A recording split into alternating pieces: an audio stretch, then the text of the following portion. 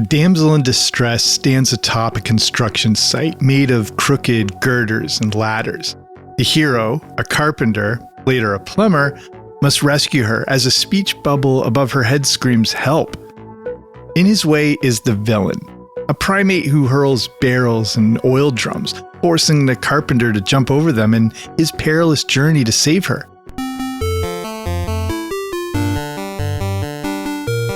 I'm Jamie, and this is Everything 80s, a podcast about a decade that forever changed the way we dress, consumed, and connected. On today's dizzying journey, we travel to Japan to find out how one entertainment system revitalized the video game industry and became the best-selling console of its time. This is the story of the NES.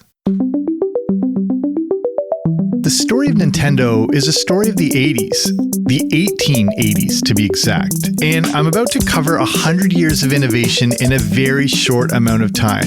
Strap in, and here we go.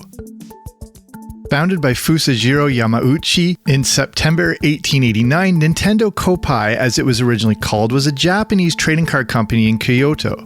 The name Nintendo is commonly assumed to mean leave luck to heaven, but the assumption lacks historical validation. However, it can alternatively be translated as the Temple of Free Hanafuda. Hanafuda, meaning flower cards, were trading cards that allowed for multiple games. They became popular after Japan banned most forms of gambling in 1882, though Hanafuda were still allowed.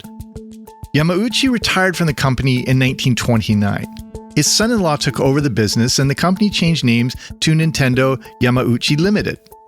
The company grew and expanded, survived World War II, and by 1953, they became the first company in Japan to make cards out of plastic. Previously, cards were printed on bark. Then, in 1959, Nintendo made a deal with Disney to print characters on the Nintendo trading cards.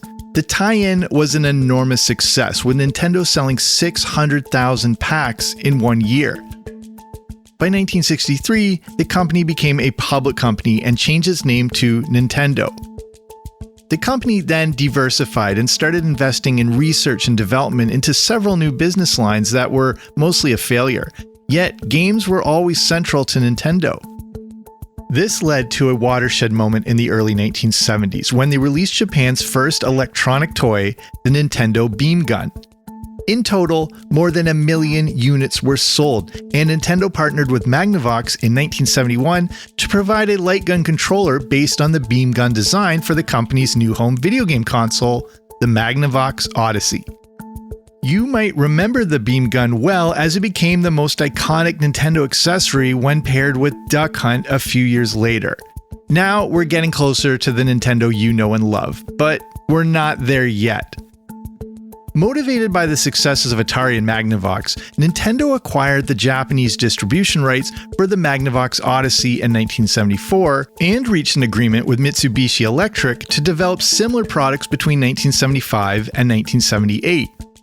Then, two major events happened in 1979. Nintendo's American subsidiary opened in New York City, and a new department focused on arcade game development was created. Then, in 1980, look at us, we made it. Nintendo created one of the first handheld video game systems, the Game & Watch, from the technology used in portable calculators. It became one of Nintendo's most successful products, with over 43.4 million units sold worldwide during its production period, and for which 59 games were made in total. And I've done an episode all about how important the Game & Watch really was if you want to go back into my earlier episodes. Now that we're firmly in the 1980s, let's talk NES. But before I do, I gotta take one more small detour. Because we can't talk NES without talking about the video game crash of 1983. Known as the Atari shock in Japan, the crash was a large-scale recession in the video game industry that occurred from 1983 to 1985, and mostly in the US. Market saturation of consoles, poor quality games, and competition from personal computers caused home video game revenues, which had peaked at around $3.2 billion in 1983, to drop to $100 million by 1985. Many people blame the crash on the infamous E.T. Atari video game. You may be familiar with this, but if you're not, here's a quick recap. When the E.T. movie became a hit, the studio rushed to put out a video game for it. Howard Scott Warshaw was the person tasked with creating the game. He previously created the very popular Yars' Revenge. He even made the very first video game based on a movie, Indiana Jones and the Raiders of the Lost Ark. The very popular Raiders game took him 10 months to make, an extremely quick turnaround for a video game. So, if you don't have a video game out in time for Christmas, you're in big trouble. And Paramount Studios, Steven Spielberg, and Atari were negotiating over money for months. This gave Warshaw only 5 weeks to make the game if they were to capitalize on the holiday season. Warshaw essentially worked 24 hours a day to not only create the game, but make it unique at the same time.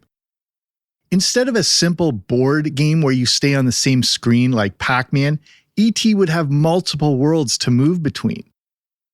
Somehow, the game was completed and came out in time for Christmas, and the hype for this thing was through the roof, until kids began to play it. Now, if you ever played this thing, you know it was not good. It was not good at all. The objective of the game was not clear, and the gameplay was extremely frustrating as you would fall down a hole, be placed back in a new position, only to fall down it again. My neighbor had this game, and I just remember the feeling of utter disappointment. To call it frustrating is a massive understatement. My neighbor, who loved everything, even admitted this game sucked. And similar sentiments were happening all over North America. But because of the hype over this game and one of the most beloved Christmas commercials ever, Atari sold 1.5 million copies, but they manufactured 4 million. Again, if this is new to you, a famous story emerged of Atari burying the unused cartridges in a landfill in New Mexico. Many see the E.T. Atari video game as being the straw that broke the camel's back, leading to the great video game crash. Is it entirely responsible? Of course not, but it was another example of the slipping quality and lack of trust customers now had. Is it the worst game of all time? I wouldn't go that far.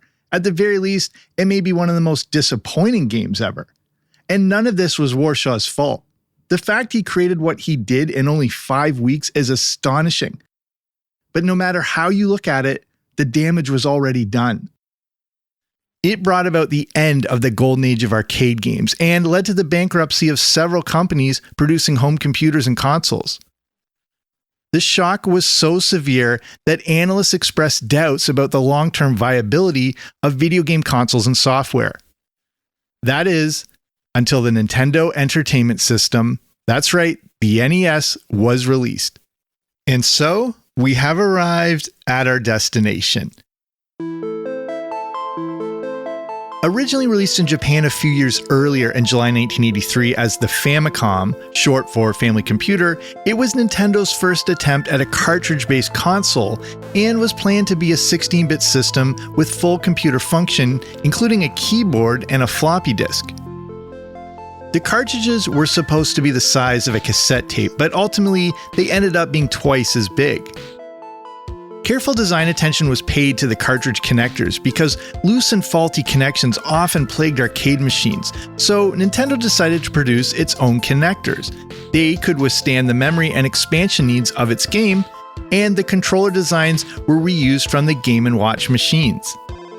And so Famicom was released in Japan with Popeye, Donkey Kong, and Donkey Kong Jr., and by the end of 1984, it was the best-selling console in the country. This allowed Nintendo to set its sights on a new target: America. Legend has it that Nintendo was going to partner with Atari to release the Famicom as the Nintendo Advanced Video Gaming System. And everything looked good until a slight hiccup at the 1983 Consumer Electronics Show. The deal was supposed to be finalized in Vegas until Atari discovered that its competitor, Coleco, was illegally demonstrating its newest console with a Donkey Kong. This was in violation of Atari's exclusive license with Nintendo to publish the game with its own system, and so the deal went belly up and Nintendo forged ahead on its own. And then came the 1983 crash in the US. Meanwhile, Nintendo was doing really well in Japan with the Famicom by the end of 1984, and as the new year rolled into view, the company returned to Las Vegas. This time with a new design and an easier to use cartridge slot, all done to avoid the missteps caused by the crash and the stigma associated with video games. Nintendo leaned on the popularity of VCRs, and so the new console had a front-loading system that was completely unique. The 8-bit video game system was rebranded as the NES in 1985, released in select locations in October 1985, and followed with a full-on nationwide release in February 1986.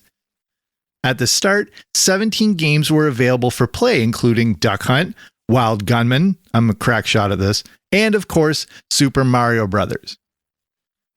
The key for the company was making sure that customers were satisfied and confident in Nintendo. Anyone could make a video game for the Atari, and a lot of crap flooded the market. The artwork on the packaging and the cartridges made the games look like you were about to play an actual movie, but then you went to play, the games were often garbage. There was no quality control. Nintendo, instead, made sure the packaging and artwork match gameplay. It was a real what you see is what you get situation, and it was a smart one, because before you even put in the cartridge, you knew what the graphics were going to look like on those first 17 NES games. And they looked pretty good. It was clear not only was their technology better, but they were also consistent, and that made the Nintendo difference. And the Nintendo Entertainment System made its way to stores. The key was all about branding. Gone were the terms control deck and video games. Now it was all about consoles and game packs. To ensure the quality of the games, the NES would have the revolutionary 10NES Lockout chip. This meant there would be no copying or knockoffs allowed for the new console. With its target on America, Nintendo capitalized on the already developed taste for video games. This meant they needed a strict policy to censor any profanity, sexual, religious, or political comments. Nintendo wanted to make something very clear. This was high-quality, innovative technology, and anything before it was primitive and crude. The big foray into making this known was with the Robotic Operating Buddy, or ROB. Do you remember this at all? I remember being blown away by it when seeing it in the commercials as a 9-year-old. My neighbors down the street were the first people I knew who had it, and it was pretty awesome. ROB was a way to show how advanced the technology was, but also incorporated in a toy, making the NES feel as close to the toy market as it was to the video game market. Another brilliant strategy. And you've guessed it, I have an episode that goes much deeper into the story of the Nintendo ROB if you want to go back into the earlier episodes. Regardless, when the NES came out, it was available in 4 different bundles. The deluxe set contained the control deck, ROB, the light gun called the Zapper, 2 controllers, and Duck Hunt and Gyromite. The action set came with the control deck, Zapper gun, 2 controllers, and Super Mario Bros. And Duck Hunt. The power set came with the console, 2 controllers, the Zapper gun, the power pad, remember running on that thing? And 3 games, Mario, Duck Hunt, and World Class Track Meet. The basic set, either $89.99 for just the console or $99.99 for the console and Mario Brothers. The action set was probably the most popular at $149.99, which today is the equivalent of around $313. The high-end deluxe set was a steep piece of change, originally retailing for $179.99, which would be about $450 today. Yikes. The largest retailer at first was Sears, as in 1986, they included the NES in their beloved Christmas catalog. If you want the ultimate nostalgia trip, you can head to wishbookweb.com, where you can actually flip through the pages of every Sears wish book going all the way back to 1937. You can journey back in time and see the first NES and other beloved toys through the years you grew up. But be prepared to get hit right in the feels. The second biggest supplier of the NES was Kmart, and I have an earlier episode all about the rise and fall of Kmart if you want to go back and check that out. But despite the sticker shock, it did not deter customers. When you get hold of the Nintendo Entertainment System, when you master Rob the Video Robot and meet the challenge of Gyromite, when you shoot the light-sensing Zapper, when you play the system with the most arcade hits, you're playing with power. The Nintendo Entertainment System. Now you're playing with power. And Nintendo sold a lot of systems. In 1986, Nintendo sold 1.1 million units. It's been said that if more inventory was available, this could have risen to 1.4 or 1.5 million units. Retailers clamored to get any Nintendo products possible as systems, controllers, and games were flying off the shelves. I mentioned that in 1985, in North America, the video game industry only generated $100 million in sales. In 1986, that number rose to $430 million, and $310 million of that came from Nintendo. But this was a worldwide thing too. In Japan, they sold a staggering 6.2 million units. Nintendo's strategy worked. The NES Rob helped drive interest in a new era of video games, and the uniqueness of Duck Hunt and the joy of playing Mario is what made people realize how incredible video games could really be. Once you played an NES, you were hooked. By 1988, the NES had transformed the video game industry. It was so popular that the market for Nintendo cartridges was bigger than for all home computer software. 7 million systems were sold, which was almost as many Commodore 64s that were sold over a 5-year span. Nintendo crushed other video game systems, and by the end of the 80s, 30% of homes would have an NES. Nintendo crushed other video game systems, outselling Sega and Atari by a wide margin to become the dominant system of the 1980s. By the end of the decade, 30% of homes would have an NES. In 3 years, the NES had outsold all previously released consoles worldwide. The Legend of Zelda would be the first standalone game, not sold in a bundle, to sell over 1 million copies. Between bundle and individual sales, Super Mario Bros. Sold over 40 million units. When Super Mario Bros. 3 was released in 1988, sneakily marketed through the movie The Wizard, it quickly sold 7 million copies in North America and 4 million in Japan. At the time, Mario 3 quickly became the fastest and best-selling video game in history.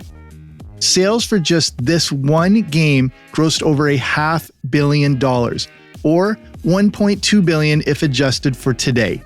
Video games were not going away anytime soon. It's crazy to think that what had started out as a trading card company almost 100 years earlier had now revolutionized the video game industry. Nintendo meant video games. And as a new decade approached, it faced challenges with the advent of 16-bit systems, particularly the Sega Genesis. But Nintendo would not be left behind. But that's a story for another podcast. Maybe one about the 90s. Check out History of the 90s wherever you get your favorite podcasts. There's not much more to be said about the NES. It was part of my, and I'm sure your childhood. Any money I could get my filthy hands on was to buy the next game that I could. I remember renting Blades of Steel every week from a local video game store so many times I probably could have just bought it straight up. The greatest gift that you could possibly receive in those days was a new game. Super Nintendo would take that to the next level in 1990, but until then, the NES was the king of the universe until it officially stopped production on August 14th, 1995. Besides giving us so many of our childhood memories and thrills, the original NES launched some massive video game franchises and set the standard for the development of modern video games. Among some titles it gave us were Super Mario Bros., The Legend of Zelda, and Final Fantasy, among many others. When I got my NES on Christmas morning, it blew my mind like nothing else had done before. And that's why the NES is a definitive part of everything 80s. Thanks so much for listening. If this is your first time checking us out and you like what you heard, please jump in the DeLorean and go back. There's tons of other great episodes for you to sink your teeth into. If you enjoyed this episode, give us a 5-star review to help other people find these amazing stories. And if you're in a position to do so, you can consider sponsoring the show over at patreon.com, where you can get access to bonus audio content. But you can learn more by going to www.patreon.com/80s. That's patreon.com/80s. Or wherever you're listening to this on, there should be a link in the show notes that'll take you right there. Everything 80s is written and produced by me, Jamie Logie, with producer Dila Velasquez. Audio design and production by Rob Johnson. Until next time, I'm Jamie, and this is Everything 80s.